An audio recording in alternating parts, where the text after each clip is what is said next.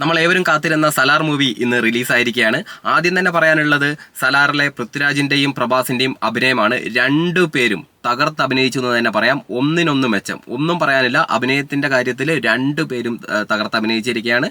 പിന്നെ അതുപോലെ തന്നെ പ്രശാന്ത് നീല് തന്റെ തനത് ശൈലിയിൽ തന്നെയാണ് ഈ സിനിമ നിർമ്മിച്ചിരിക്കുന്നത്. നമുക്ക് ഒരു കാര്യം ഓപ്പണായിട്ട് പറയാണ്, 80% KGF പകർത്തി വെച്ചു എന്ന് തന്നെ വേണമെങ്കിൽ പറയാം. KGFന്റെ എന്താ പറയേണ്ടത്, KGF ആവർത്തിച്ചു എന്ന് വേണമെങ്കിൽ നമുക്ക് പറയാവുന്നതാണ്.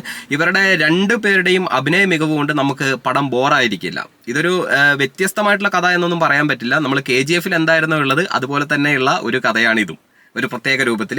KGF എന്ന് പറയുന്ന ഒരു പ്രദേശത്തെ പറ്റിയാണ് ഇത് പറയുന്നത്. ഇത് വേറൊരു പ്രദേശത്തെ കുറച്ച് ഗോത്രവർഗ്ഗങ്ങൾക്കിടയിൽ ഉണ്ടാകുന്ന ചില പ്രശ്നങ്ങളുമായിട്ടുള്ള കാര്യങ്ങളാണ് കഥ മുന്നോട്ട് പോയിക്കൊണ്ടിരിക്കുന്നത്.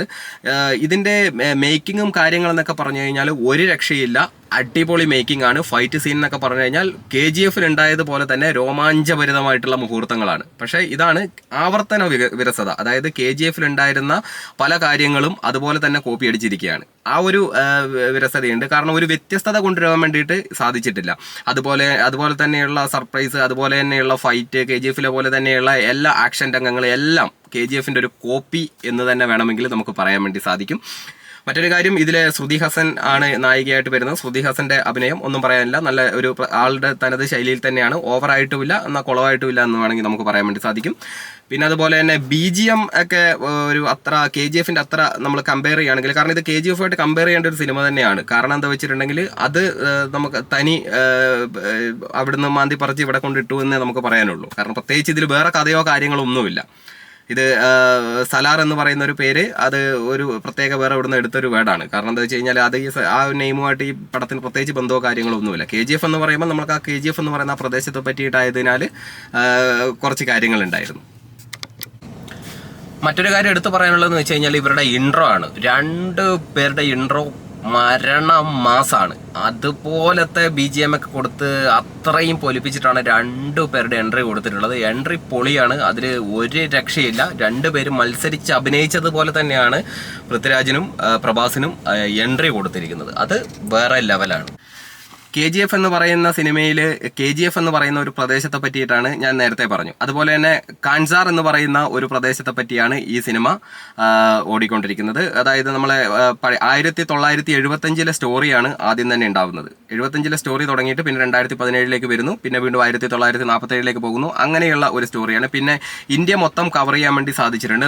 നമ്മൾ സാധാ സിനിമയിൽ ഉണ്ടാവുന്നത് മുംബൈ ഡൽഹി എന്ന് പറയുന്ന പോലെ തന്നെ ഇവിടെ വാരണാസിയെ കുറച്ച് ഫോക്കസ് ചെയ്തിട്ട് ഇവർ ചെയ്തിട്ടുണ്ട്.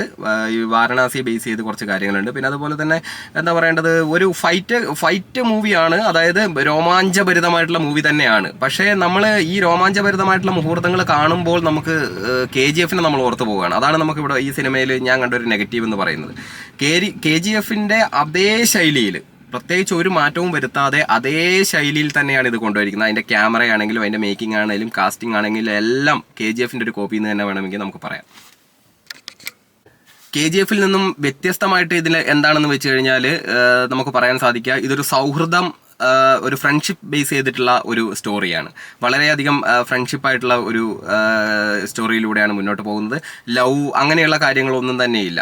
KGFലാണെങ്കിലും കുറച്ച് റൊമാൻസും കാര്യങ്ങളൊക്കെ ഉണ്ട്. ഇനി പാർട്ട് 2 അതുണ്ടാവും എന്നുള്ളത് നമുക്ക് അറിയില്ല, അത് നമുക്ക് കാത്തിരുന്ന് കാണേണ്ടി വരും.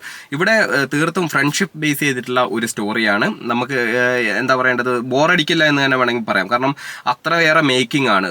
അതുപോലെ അതിൻ്റെ സെറ്റാണെങ്കിലും കാര്യങ്ങളൊക്കെ ആണെങ്കിലും എല്ലാം അടിപൊളിയായിട്ട് ഇവർ ചെയ്തിട്ടുണ്ട്. മേക്കിംഗ്, ക്യാമറയാണെങ്കിലും മ്യൂസിക് ആണെങ്കിലും എല്ലാം അടിപൊളിയായിട്ട് ഇവർ മേക്ക് ചെയ്തിട്ടുണ്ട്. കേരളത്തിൽ ഇത് റിലീസ് ചെയ്തിരിക്കുന്നത് പൃഥ്വിരാജ് പ്രൊഡക്ഷൻസ് ആണ്, നമുക്ക് എല്ലാവർക്കും അറിയാം. ഇത് നല്ലൊരു കളക്ഷൻ കേരളത്തിൽ KGFനൊക്കെ ഉണ്ടായിരുന്ന ആ ഒരു നോർമൽ കളക്ഷനെ ഇവിടെ ഉണ്ടാകാൻ സാധ്യതയുള്ളൂ. പക്ഷേ ഇത് ബാക്കിയുള്ള തമിഴ്നാട്ടിലായിക്കോട്ടെ, കർണാടകയിലായിക്കോട്ടെ, ഇതൊരു തെലുങ്ക് മൂവിയാണല്ലോ, ആന്ധ്രയിലായിക്കോട്ടെ എന്ന് പറയേണ്ട നോർത്തിലായിക്കോട്ടെ, ഇത് തകർത്ത് കളക്ഷൻ വരുന്നുള്ള കാര്യത്തിൽ യാതൊരുവിധ തർക്കവുമില്ല. വളരെയധികം കളക്ഷൻ റെക്കോർഡ് കൂടി മുന്നോട്ട് പോകും. മറ്റൊരു പ്രത്യേകത എന്ന് പറയുന്നത്, നമ്മൾ ബിഗിനിങ് മൂവീസ് ഒരുപാട് കണ്ടിട്ടുണ്ട്. ഇപ്പോൾ നമ്മൾ പുഷ്പ കണ്ടിട്ടുണ്ട്, അതുപോലെ തന്നെ നമ്മൾ ബാഹുബലി കണ്ടിട്ടുണ്ട്, KGF കണ്ടിട്ടുണ്ട്.